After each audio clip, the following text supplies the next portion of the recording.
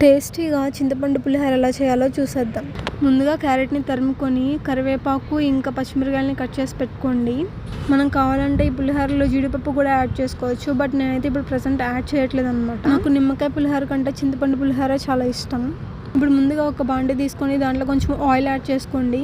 Oil కొంచెం heat అయిన తర్వాత పల్లీలు, పచ్చిమిర్చి ఇంకా కరివేపాకు వేయండి. ఈ మూడు కొంచెం బ్రౌనిష్ కలర్లో వచ్చేంత వరకు మంచిగా ఫ్రై చేయండి. ఒక బౌల్ తీసుకొని దాంట్లో చింతపండు వేసి వాటర్ పోయండి. ఒకసారి వాష్ చేసుకోండి చింతపండుని.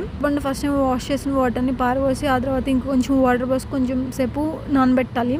నానబెట్టిన చింతపండుని కొంచెం మెత్తగా అయిన తర్వాత దాన్ని బాగా పిసికి గుజ్జులాగా చేసుకోవాలి. ఇంకా మనం తీసుకున్న చింతపండు రసాన్ని కొంచెం సేపు స్టవ్ మీద పెట్టి ఉడకబెట్టాలి. ఆ చింతపండు రసాన్ని రైస్లో యాడ్ చేసుకోండి. అలాగే మనం ఇందాక ఫ్రై చేసి పెట్టుకున్న మిశ్రమాన్ని కూడా తీసుకొచ్చి రైస్లో యాడ్ చేయండి. మనం వీటిలన్నిటిని మంచిగా మిక్స్ చేస్తే మన చింతపండు పులిహోర రెడీ అయిపోతుంది. తగినంత సాల్ట్ కూడా యాడ్ చేసుకోండి. అండ్ దీంట్లో జీలకర్ర యాడ్ చేస్తే కనుక ఇంకా సూపర్ టేస్ట్ వస్తుంది. మీరైతే తప్పకుండా యాడ్ చేసుకోండి. మీరు కింద కామెంట్స్లో చెప్పండి మీకు చింతపండు పులిహోర అంటే ఇష్టమా లేదంటే నిమ్మకాయ పులిహోర ఇష్టమా అని చెప్పి. ఇంకా మనం ఇలా మంచిగా మిక్స్ చేసుకున్న తర్వాత క్యారెట్ తురుముకున్నాం కదా, ఆ క్యారెట్ని తీసుకొచ్చి దీంట్లో యాడ్ చేసుకోవాలి. ఇలాంటి కుకింగ్ వీడియోస్ కోసం please do subscribe to my channel. And ఇప్పుడైతే మన చింతపండు పులిహోర రెడీ అయిపోయింది. పదండి తినేద్దాం.